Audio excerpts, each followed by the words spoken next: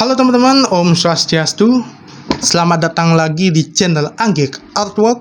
Nah, pada video kali ini saya akan mencoba menceritakan salah satu cerita yang dibilang populer lah di masyarakat ya. Ceritanya itu adalah cerita pemutaran Mandaragiri. Nah, nanti kita akan coba ceritakan cerita pemutaran Mandaragiri ini dan kita coba cari nilai-nilai makna-makna yang terkandung di dalam cerita tersebut.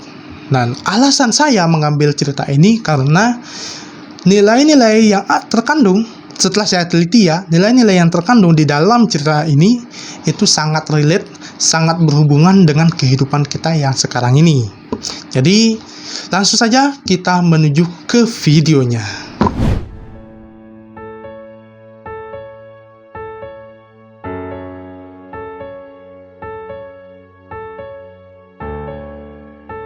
Baik, pada video kali ini saya akan mencoba membawakan cerita. Ceritanya ini ya sangat lumrah lah di masyarakat gitu ya.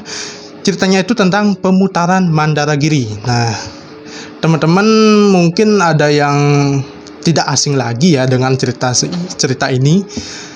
Ya, karena memang cerita ini itu sangat bersangkutan dengan budaya-budaya di masyarakat gitu. Jadi alasan saya mengangkat cerita ini untuk kita bahas pada video kali ini karena cerita ini itu sangat relate dengan budaya-budaya masyarakat sekarang ini ya, seperti yang saya katakan sebelumnya. Dan nilai-nilai atau pesan-pesan moral yang ada di dalam ceritanya ini itu sangat banyak teman-teman, dan semuanya itu relate dengan kehidupan kita sekarang. Nah, nanti kita bahas satu persatu ya, apa saja nilai-nilainya. Oke, jadi kita langsung mulai saja ke ceritanya. Nah, jadi cerita ini itu ada di kitab Adiparwa, di mana Awatara Wisnu yang kedua berupa kura-kura raksasa. Yang pertama Kurma Awatara. Nah, kura-kuranya itu bernama Akupa. Nah, jadi dulu waktu di zaman Satyayuga, para dewa itu rapat teman-teman, rapat tentang bagaimana cara mendapatkan tirta amerta atau tirta kehidupan. Karena tirta ini membuat siapa saja yang meminum tirta ini membuat dia menjadi abadi teman-teman. Nah, rapatlah para dewa dan akhirnya Dewa Wisnu menjelaskan caranya. Caranya adalah dengan mengaduk lautan susu teman-teman, atau keserar nawa ya, kurang lebih seperti itu ya. Oke, jadi setelah Dewa Wisnu mengatakan caranya, lalu berangkatlah para dewa-dewa ini, para dewa-dewa tersebut. Dewanya juga banyak ya, ada Dewa Indra, Dewa Wisnu, Brahma dan lain sebagainya. Semua dewanya itu berangkat menuju ke lautan susu. Nah, tepat di lautan susu tersebut, para dewa tersebut kebingungan. Nah, bagaimana cara mengaduk lautan susu yang sangat luas ini, yang sangat luas, yang bisa dikatakan luasnya itu lebih besar dari Samudra Pasifik gitu ya, sangat luas. Bagaimana cara mengaduknya? Kalau kita mengaduk dengan kayu kan kecil gitu ya, nggak bakalan berasa gitu. Jadi butuh sesuatu yang besar untuk bisa mengaduk lautan susu tersebut. Nah, kebetulan di sekitar lautan tersebut ya, di sekitar lautan tersebut gitulah ya, ada daratan yang sangat luas dan di tengahnya itu terdapat gunung, namanya itu Gunung Mandara. Nah, jadi Mandaragiri tersebut itu berasal dari kata Mandara dan Giri. Mandara artinya nama gunungnya, Giri itu artinya gunung, Giri itu artinya gunung dalam bahasa Kawi ya, Jawa kuno. Nah, pulau tersebut namanya Sangkadwipa atau Pulau Sangka. Dan tinggi dari gunung tersebut ya katanya 11.000 yojana ya. 11.000 yojana itu berapa meter ya? Kurang lebih ya. Dan mungkin lebih besar dari Gunung Agung gitu ya. Dan gunung tersebut diangkat oleh seekor naga bernama Anantaboga. Setelah diangkat, nah, supaya gunung tersebut tidak tenggelam ke dalam lautan, Dewa Wisnu berubah wujudnya menjadi kura-kura yang besar. Nah, teman-teman bisa bayangkan ya, gunungnya aja sudah besar gitu ya, apalagi kura-kuranya gitu. Ya, kura-kuranya kan harus lebarnya itu, luasnya itu harus lebih luas dari gunungnya tentu saja ya, dari pangkal gunungnya. Sementara ya gunungnya aja udah besar banget itu ya. Terus ada kura-kura, ya teman-teman bisa bayangin lah gedenya seperti apa gitu ya. Nah, setelah Dewa Wisnu berubah menjadi kura-kura, lalu gunung tersebut ditaruh di atasnya, jadi mengambang dia teman-teman. Jadi yang nggak tenggelam ya, mengambang. Dan untuk bisa mengaduk lautan tersebut dibutuhkan tali yang besar ya. Kalau pakai tali rapia nggak bakalan putus ini, soalnya ini gunung teman-teman ya. Dan talinya itu memakai badan dari seekor naga. Naganya itu adalah naga Basuki teman-teman. Dan diaduklah gunung tersebut bersama dengan para raksasa. Nah, uniknya itu para dewa itu bekerja sama dengan para raksasa teman-teman dalam mendapatkan tirta amerta tersebut.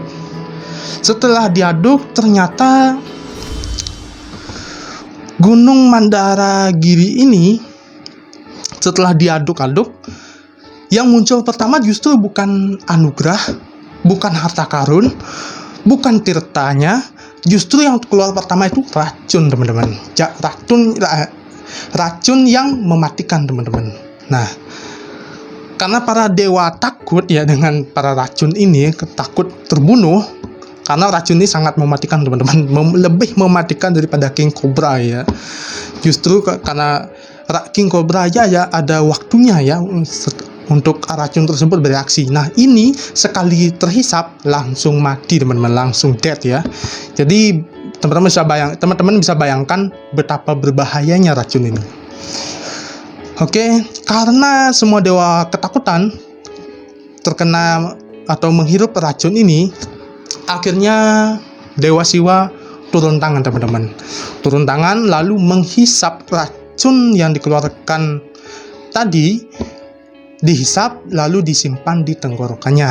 Ya, ini juga cukup relate sebenarnya ya, karena Dewa Siwa itu sebagai dewa pelebur, dewa pemusnah gitu ya.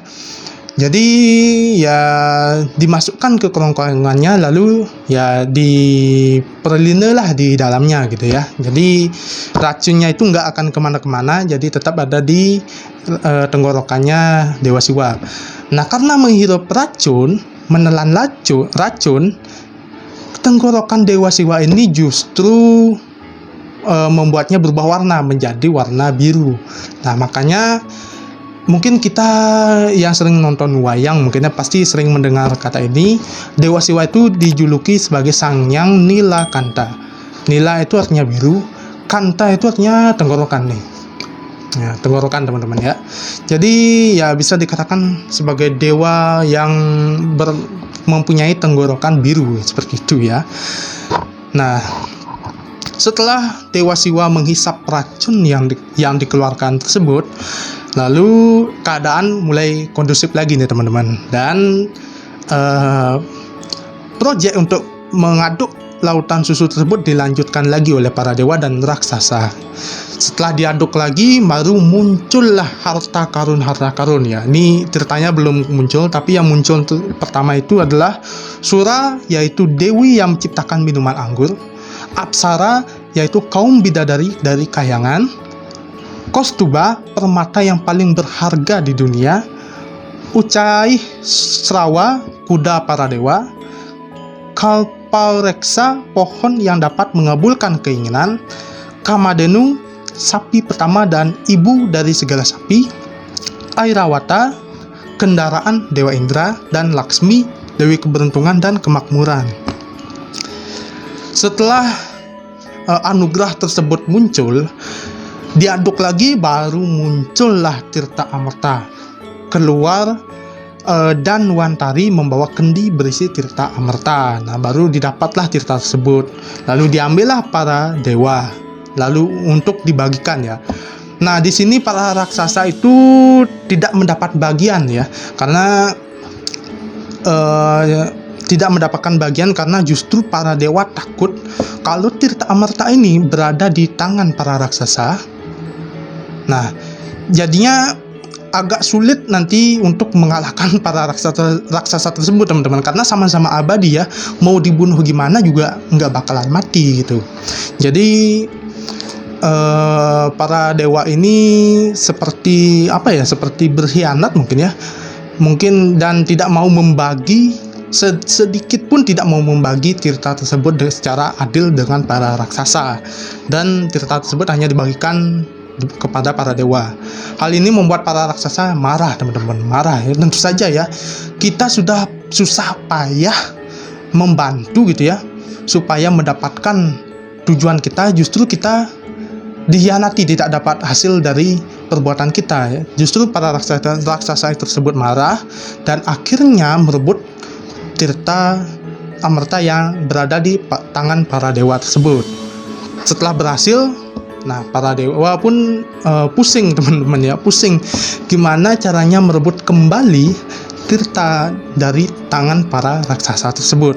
Akhirnya Dewa Wisnu berubah wujud menjadi wanita cantik. Nah, wanita cantik itu bernama Mohini. Nah, untuk merayu para raksasa tersebut untuk mencuri kembali tirta amerta dari tangan raksasa.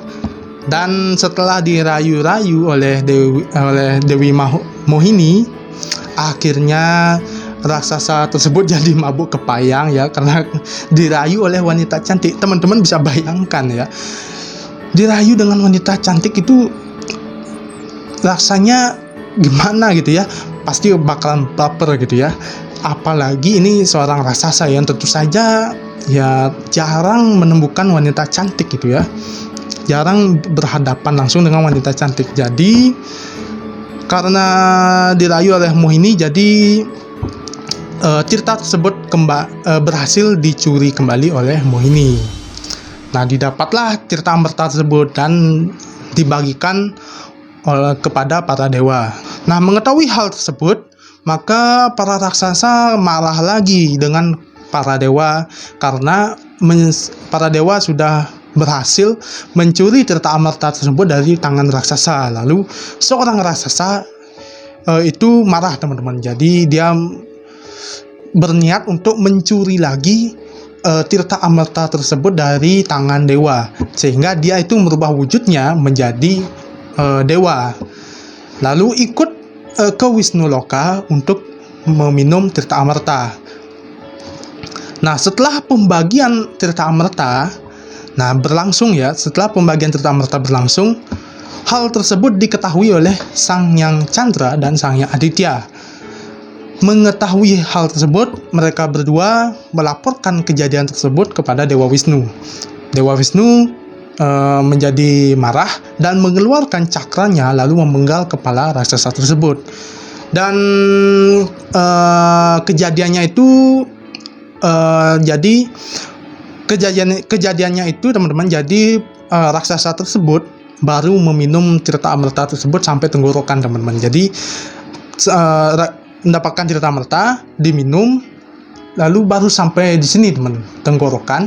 Lalu tiba-tiba tenggorokan tersebut terpenggal karena dengan cakranya Dewa Wisnu. Jadi terpenggal, jadi baru sampai di sini, teman-teman. Jadi yang abadi itu kepalanya saja, teman-teman ya, dan badannya jatuh ke bumi dan badannya itu membusuk, teman-teman. Jadi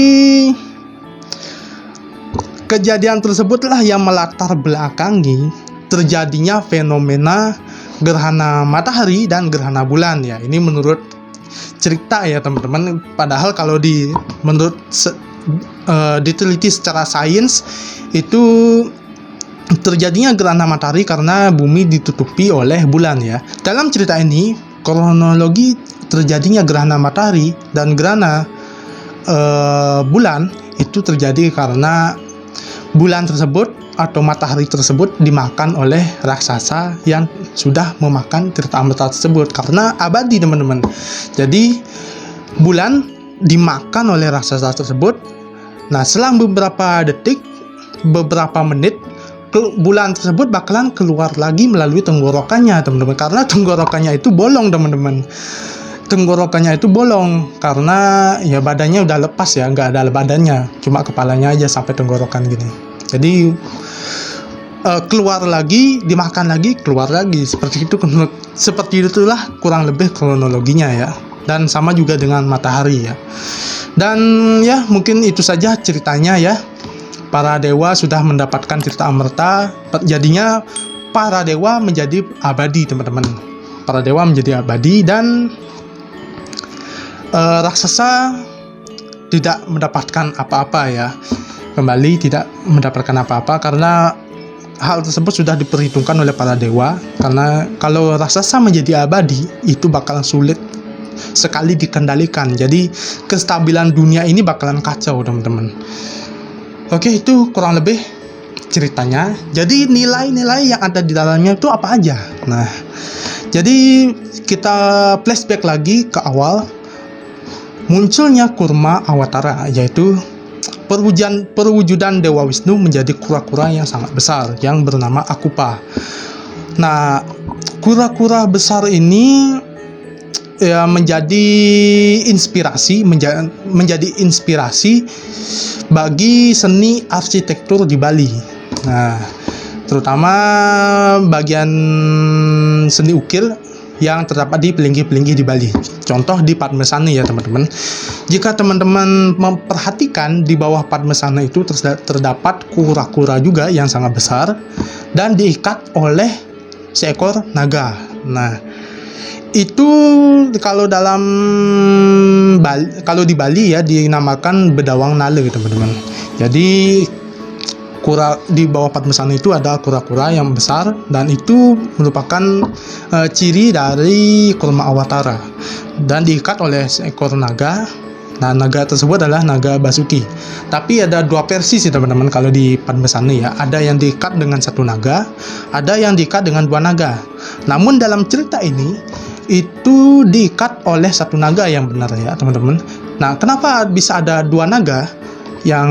Kenapa ada bisa dua versi ya, satu naga dengan dua naga? Dalam cerita ini memang ada dua naga teman-teman. Jadi naga Anantaboga dan naga Basuki. Nah, di Bali itu sebenarnya mengenal istilah tiga naga teman-teman.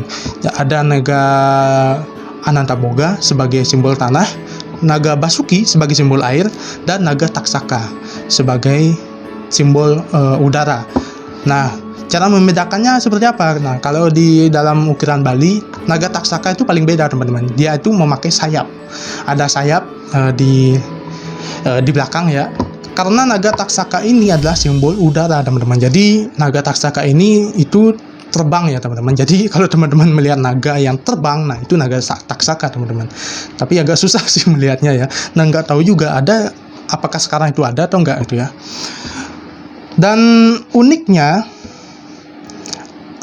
jadinya para seniman-seniman Bali menginterpretasikan tersebut menjadi dua naga yang saling berdampingan ya, naga Basuki dan naga Anantaboga. Dan konsep pemutaran Mandaragiri ini yang kedua ya. Konsep pemutaran Mandaragiri ini sama halnya dengan konsep Nyegar Gunung, Hulu dan Hilir, Ruwebinede. Kenapa bisa sama ya? Karena penyatuan antara kalau gunung kan dari dasar ke tinggi ya teman-teman. Nah, tapi untuk laut dari dasar justru turun terus ke bawah gitu. Jadi kalau gunung itu naik, kalau laut itu turun teman-teman. Jadi konsep Nyegar Gunung itu adalah menyatukan antara gunung dengan laut. Jadi saling terhubung dia gitu. Nyegar Gunung kan biasanya di setelah Ngaben ya. Jadi abu jenazah yang sudah dilarung di laut, nah rohnya itu dipanggil melalui gunung gitu teman-teman. Jadi atmanya itu dipanggil di dari arah selatan teman-teman, dari arah gunung ya. Ya, itu konsep Nyeger Gunung dan Hulu Hilir dan simbol Ruwa Binede, di mana penyatuan antara Puruse dengan Perdana. Nah, hubungannya itu di mana ya? Hubungannya itu gunung sebagai simbol Purusa dan laut sebagai simbol Perdana. Nah, jika disatukan, ini akan menjadi simbol kemakmuran, teman-teman. Contoh paling mudah itu adalah simbol antara langit dengan tanah. Langit itu adalah Purusa, tanah itu adalah Perdana. Dihubungkan melalui hujan. Makanya setelah ada hujan, pasti semuanya bakalan subur, teman-teman. Jadi bukit yang semulanya berwarna coklat, nggak ada daun, setelah turun hujan menjadi subur kembali, menjadi hijau kembali. Nah, karena penyatuan antara Purusa dengan Perdana ini, itu akan menghasilkan kemakmuran. Sama halnya dengan kita manusia.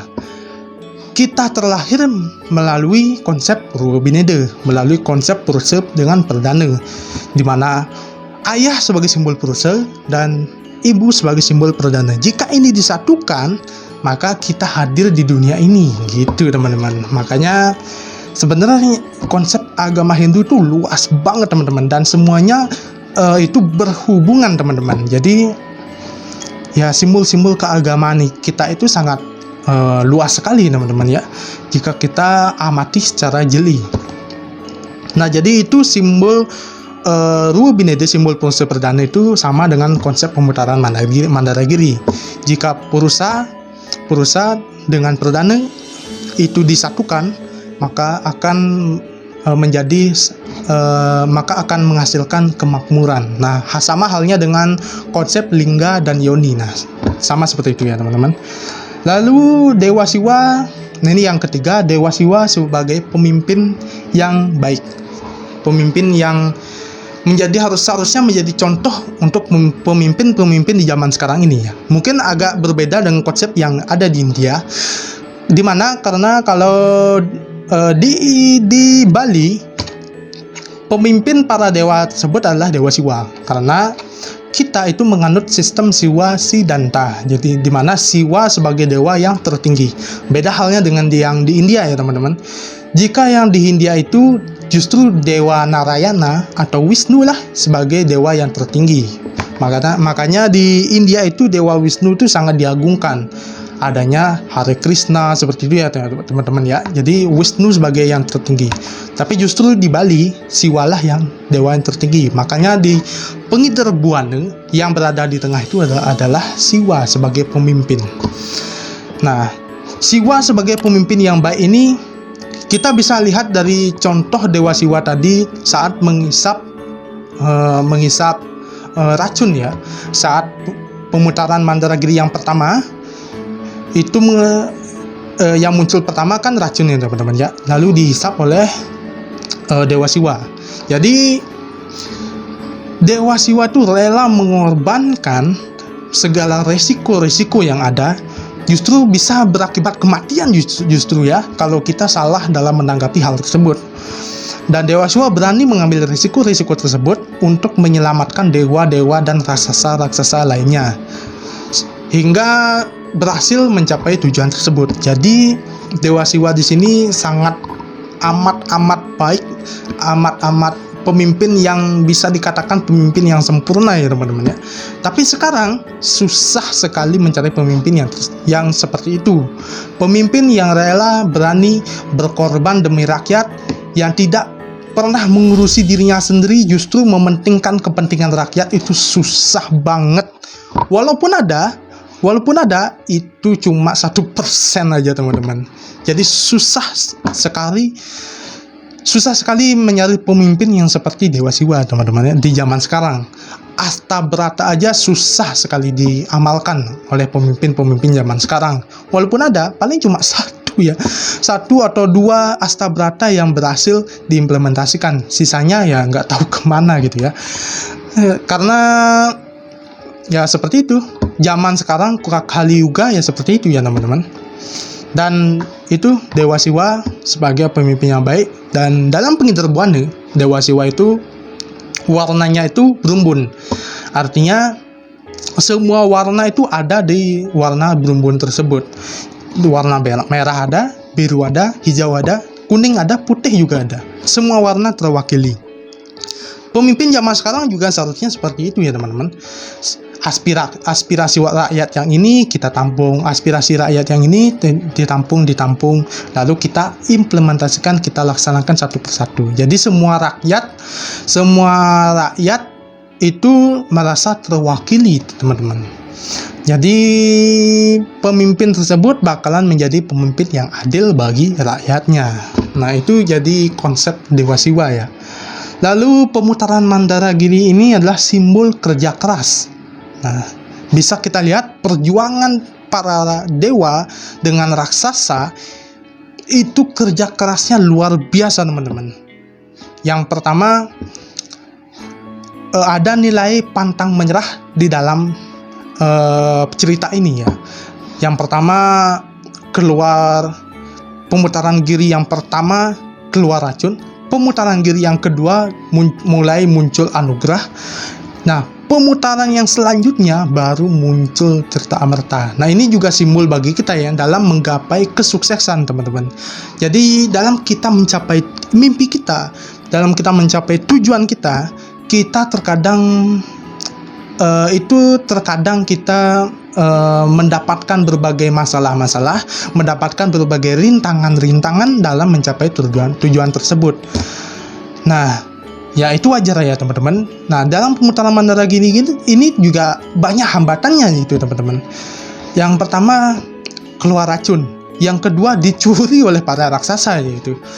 Itu juga menjadi hambatan, menjadi rintangan oleh para dewa dalam mencari Tirta Amerta tersebut. Dan para dewa tersebut tidak pernah menyerah dalam mencapai hal tersebut. Jadi kalau kita dalam mencapai tujuan kita, jika kita gagal mencapai tujuan kita, ingat kata pepatah bahwa masih banyak jalan menuju Roma. Jadi kita ambil jalan yang lain yang memiliki tujuan atau hilir yang sama teman-teman. Jadi ya sangat relate, sangat berhubungan dengan kehidupan kita yang sekarang ini ya teman-teman.